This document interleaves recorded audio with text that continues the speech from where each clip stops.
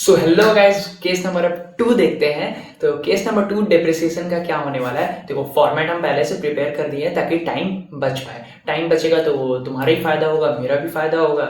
तो फॉर्मेट हम बना लिए पहले से। क्वेश्चन को देखते हैं कि क्वेश्चन क्या बोलता है। केस नंबर 2 डेप्रिसिएशन का। तो केस नंबर 2 क्या बोलता है। On 1st of October purchase machine 54,000 and 6,000 for erection of machine, मतलब एरेक्शन के लिए, यहाँ पर कॉमा होगा तो एरेक्शन के लिए। तो 1st of October को मेरा परचेज कर रहा है, क्या कर रहा है, मशीन परचेज कर रहा है 54,000 का, और एरेक्शन करवा रहा है उसमें, मतलब एरेक्शन मतलब ठीक ठाक, कुछ उसमें ठीक ठाक पुर्जा वर्जा ठीक ठाक करवाना, उसको एरेक्शन बोलते हैं। तो 6,000 का एरेक्शन करवा रहा है। तो मेरा टोटल कॉस्ट ऑफ परचेज कितना हो जाएगा। टोटल कॉस्ट ऑफ परचेज 60,000 हो जाएगा। लास्ट क्वेश्चन की तरफ फिगर है, तुम्हारा मिलता जुलता फिगर होगा। ये फिगर मिलता जुलता इसलिए नहीं है ताकि तुमको लॉजिकली एंड कंसेप्चुअली दोनों का डिफरेंस समझ में आए। लास्ट वाले क्वेश्चन हम लोग एसएलएम से सॉल्व किए थे, ये वाला क्वेश्चन हम लोग डब्ल्यूडीवी से सॉल्व करेंगे। सो आगे क्वेश्चन क्या बोलता है। डेप्रिसिएट कर दो मशीन को at the rate 20% per annum. 20% per annum. भाई तुमको कंसेप्ट वाला वीडियो याद आ रहा होगा, मैंने बताया था ना, अगर रेट ऑफ डेप्रिसिएशन तुमको दिया है तो भाई कौन सा मेथड लगाना, कौन सा बोलो। हाँ, तो डेप्रिसिएशन हमको डब्ल्यूडीवी मेथड से कैलकुलेट करना पड़ेगा। तो रेट ऑफ डेप्रिसिएशन दिया है तो और कैसे भी निकाल सकते नहीं है। लेकिन यहाँ पर ₹5,000 ऑफ स्क्रैप वैल्यू दिया है। ये क्यों दिया भैया। भाई ये तुमको गुमराह करने के लिए दिया, भाई इधर उधर तुम भटक ना जाओ, तुम कहीं एसएलएम से मेथड से निकालने। लेकिन इस क्वेश्चन में तुम एसएलएम से निकाल ही नहीं सकते, इसमें तुमको डब्ल्यूडीवी यूज करना पड़ेगा। क्यों? क्योंकि यहाँ पर यूजफुल लाइफ दिया नहीं है। यूजफुल लाइफ दिया नहीं रहेगा तो तुम कैसे डिवाइड करो, कैसे मानो कि भाई ये 10 साल चलेगा, 5 साल चलेगा। ऐसे तो हम लोग प्रैक्टिकल लाइफ में हम लोग एज्यूम कर लेते हैं क्या, companies act and IT act किन किन एसेट पर कितना कितना उसका यूजफुल लाइफ होता है वो बता देता है। बट यहाँ पर क्वेश्चन में तो कुछ बोला नहीं है, तो यूजफुल लाइफ दिया नहीं तो एसएलएम से निकाल नहीं सकते हैं, डब्ल्यूडीवी से ही निकालना पड़ेगा। फॉर्मेट हम पहले से प्रिपेयर कर दिए, इस तरीके से फॉर्मेट बनेगा। तो सबसे पहले हम लोग का स्टैंडर्ड प्रोसीजर क्या रहता है, स्टैंडर्ड प्रोसीजर हम लोग लिख लेते हैं। स्टैंडर्ड प्रोसीजर क्या रहेगा भाई, परचेज, यहां पर लिखते हैं, हर ईयर में हमको देखना है परचेज हो रहा है या नहीं हो रहा है, सेल हो रहा है या नहीं हो रहा है, और उस पर डेप्रिसिएशन कैलकुलेट करना है। तो ये 3 प्रोसेस हम लोग फॉलो करते हैं। जनरली हम लोग 3 प्रोसेस हम लोग फॉलो करते हैं, 3 प्रोसेस को फॉलो करते हैं और क्वेश्चन को सॉल्व करते हैं। तो सबसे पहले हम लोग वर्किंग नोट, क्वेश्चन पढ़ते हैं और वर्किंग नोट बनाते हैं। पिछले लास्ट क्वेश्चन में भी वैसे ही किया, तो क्वेश्चन हमने पढ़ा था, वर्किंग नोट बनाया था, और वर्किंग नोट मेरा प्रिपेयर होने के बाद उसको कैसे छापते हैं, अकाउंट में कैसे छापते हैं, वो पिछला वीडियो में भी बता दिया था, इस वीडियो में भी करके दिखाएंगे, कोई भी दिक्कत नहीं आने देंगे तुमको। चलो स्टार्ट करते हैं। हम एसेट कब खरीदे भाई, 1st of October को खरीदे हैं। तो 1st of October का डेट लिख देते हैं, 1st of 10 2000 ईयर नहीं दिया हुआ, तो एज्यूम कर लेते हैं 2024 ही है, 24 ही एज्यूम कर लेते हैं, 24 25। तो यहाँ पर मेरा 24 ईयर कितना आ जाएगा, 24 25 आ जाएगा। ओके, तो 1st of October को हम परचेस करें तो 1st of October को डेप्रिसिएशन चार्ज करेंगे। आज ही खरीदे, आज ही डेप्रिसिएशन चार्ज कर दे, नहीं, आज डेप्रिसिएशन मेरा कितना हो जाएगा, 0 हो जाएगा। तो मेरा वैल्यू ऑफ एसेट कितना है, हम यहाँ पर दिखा दिए थे, 54,000 का हम कॉस्ट ऑफ मशीन खरीदे थे, उसमें से प्लस 6,000 एरेक्शन करवाए थे, तो मेरा टोटल कॉस्ट ऑफ परचेस कितना आ जाएगा, 60,000 आ जाएगा। इतना समझ में आया, एकदम बढ़िया से समझ में आ गया भैया।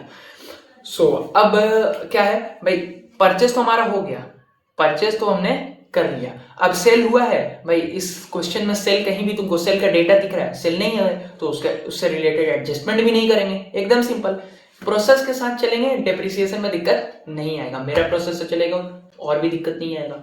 चलो डेप्रिसिएशन तो हर साल कैलकुलेट करना है, तो इस साल भी करेंगे। तो चलो कितने कर लेते हैं डेप्रिसिएशन कैलकुलेट, कहाँ चला जाता है। तो डेप्रिसिएशन कैलकुलेट कब तक का करेंगे, अक्टूबर है तो 1st of April 2024 को ईयर, फाइनेंशियल ईयर स्टार्ट हुआ होगा, एंड देन कब खत्म होगा, 31st of 2025 को खत्म हो जाएगा। तो कोई भी एडजस्टमेंट है नहीं तो ईयर एंड पे चलते हैं।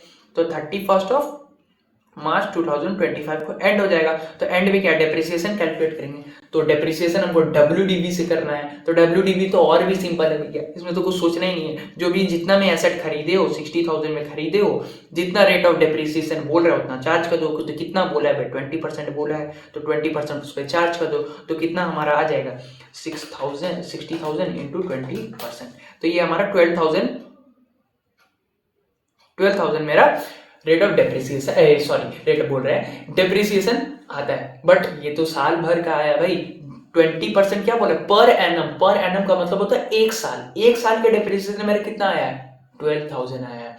हम कितना मंथ एसेट को यूज किए भाई, परचेस कब किया, जब से परचेस किए 1 अक्टूबर से किए हैं। तो अक्टूबर से लेके मेरा मार्च तक का डेप्रिसिएशन कैलकुलेट कर रहे हैं, पूरा साल का नहीं कर रहे हैं, क्योंकि 1 अप्रैल में मेरा था नहीं, तो पूरा साल का डेप्रिसिएशन हम लगा नहीं सकते। कब आया है, बीच में आया है, 1 अक्टूबर। तो अक्टूबर, नवंबर, दिसंबर, जनवरी, फरवरी, मार्च, 6 मंथ हम एसेट को यूज किए, तो 6 मंथ से डेप्रिसिएट कर देंगे। तो 6 मंथ यूज किए तो 6 मंथ से डेप्रिसिएट करेंगे। तो 12,000 पूरा साल भर का था, तो डिवाइडेड बाय 12, और कितना मंथ का निकालना, 6 मंथ का निकालना, तो इंटू 6। तो ये कितना आ जाएगा हमारा 6,000 डेप्रिसिएशन आ जाएगा मेरा 6,000। 2024-25 का डेप्रिसिएशन कितना आ जाएगा, 6,000 आ जाएगा। तो मेरा 31 मार्च को वैल्यू कितना आ जाएगा, तो 60,000 माइनस 12,000, तो ये कितना आ जाता है 48,000। ओह सॉरी 60,000 माइनस 6,000, डेप्रिसिएशन तो 6,000 हो गया ना भाई, 6 मंथ का डेप्रिसिएशन लगेगा, तो ये मेरा 54,000 हो गया। अब वर्किंग नोट मेरा प्रिपेयर हो गया, तो भाई 1 साल का ही बनाना था, इसमें कुछ बोला नहीं था, तो 1 साल का ही बनाएंगे। तो वर्किंग नोट मेरा पूरा प्रिपेयर हो गया है, तो अब इसको छापना है, छाप देते हैं भाई। तो सबसे पहले परचेस किए थे, तो परचेस का एंट्री कर रहे हैं, ब्लैक से कर लेते हैं। सबसे पहले परचेस किए, तो परचेस करेंगे तो कितना परचेस करेंगे तो एसेट अकाउंट डेबिट, जो भी मेरा एसेट है, तो एसेट हम मेरे पास आ रहा है तो बढ़ जाएगा, एसेट बढ़ रहा है तो क्या हो जाएगा डेबिट टू बैंक, कितना 60K। ओके, तो जिस अकाउंट में परचेस करना है, जिस अकाउंट में हमको पोस्ट करना है, उस अकाउंट को देखो डेबिट है तो डेबिट में पोस्ट करेंगे, क्रेडिट है तो क्रेडिट में पोस्ट करेंगे। तो जो भी हम एसेट परचेस कर रहे हैं, मतलब मशीन परचेस कर रहे हैं, तो मशीन डेबिट हो रहा है ना, तो डेबिट है तो उसका डेबिट में पोस्टिंग करेंगे उस डेट में 1/1/7/24 टू बैंक करके पोस्ट कर देंगे। कितना आएगा मेरा 60,000 आ गया। ठीक है, अब परचेस कर लिए, सेल था सेल तो कुछ था नहीं, सेल से रिलेटेड वर्किंग नोट में कुछ है भी नहीं। अब लास्ट सीधा डेप्रिसिएशन है, तो डेप्रिसिएशन का जनरल एंट्री हम लोग जानते हैं, depreciation account debit to, depreciation किस पे लगता है, एसेट पे लगता है। क्यों लगाते हैं, एसेट का वैल्यू कम करने के लिए। एसेट को कम करना है तो क्या करेंगे, मॉडर्न रूल बोलता है कम करना है तो एसेट को क्रेडिट कर दो। तो एसेट मेरा जो भी है मेरा वो क्रेडिट हो जाएगा। तो एसेट मेरा मशीन है, मशीन कितना से क्रेडिट होगा, जितना डिप्रिसिएशन तुम कैलकुलेट किए हो। तो कितना कैलकुलेट किए हो 6,000। तो डिप्रिसिएशन मेरा कितना आ जाएगा, तो जिस अकाउंट में पोस्ट करना है, मशीन अकाउंट में पोस्ट करना है, तो मशीन अकाउंट को देखो डेबिट है तो डेबिट में पोस्ट करो, क्रेडिट है तो क्रेडिट में पोस्ट करो।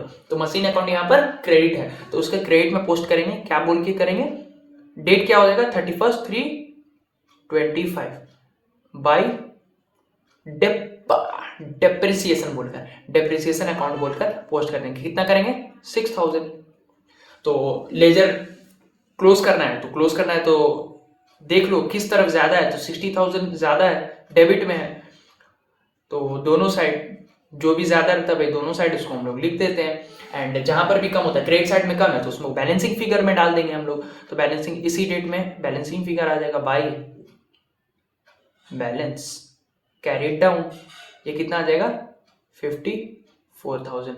ये वाले जो फिगर है ना तुम्हारे वर्किंग नोट के फिगर से मैच करना चाहिए, ये वाला फिगर से मैच करना चाहिए, समझ में आया, ये वाला फिगर एकदम वो वाले फिगर से मैच करना चाहिए। तो तुम 60,000 माइनस 6,000 करोगे ना तो कितना आएगा 54,000 ही आएगा, डेबिट माइनस क्रेडिट। सो ये वाला जो चीज है बाई बैलेंस CD तुम्हारा नेक्स्ट ईयर 1/4/25 को टू बैलेंस BD हो जाता है, brought down 54,000। So case number 2 भी हम लोग बहुत ही अच्छे से सॉल्व कर दिए हैं। चलो बढ़ते हैं नेक्स्ट केस नंबर 3 की तरफ। नेक्स्ट वीडियो में केस नंबर 3 करेंगे, बहुत ही मजेदार केस है, करके एकदम मजा ही आ जाएगा, डेप्रिसिएशन पे पकड़ बन जाएगा। So let's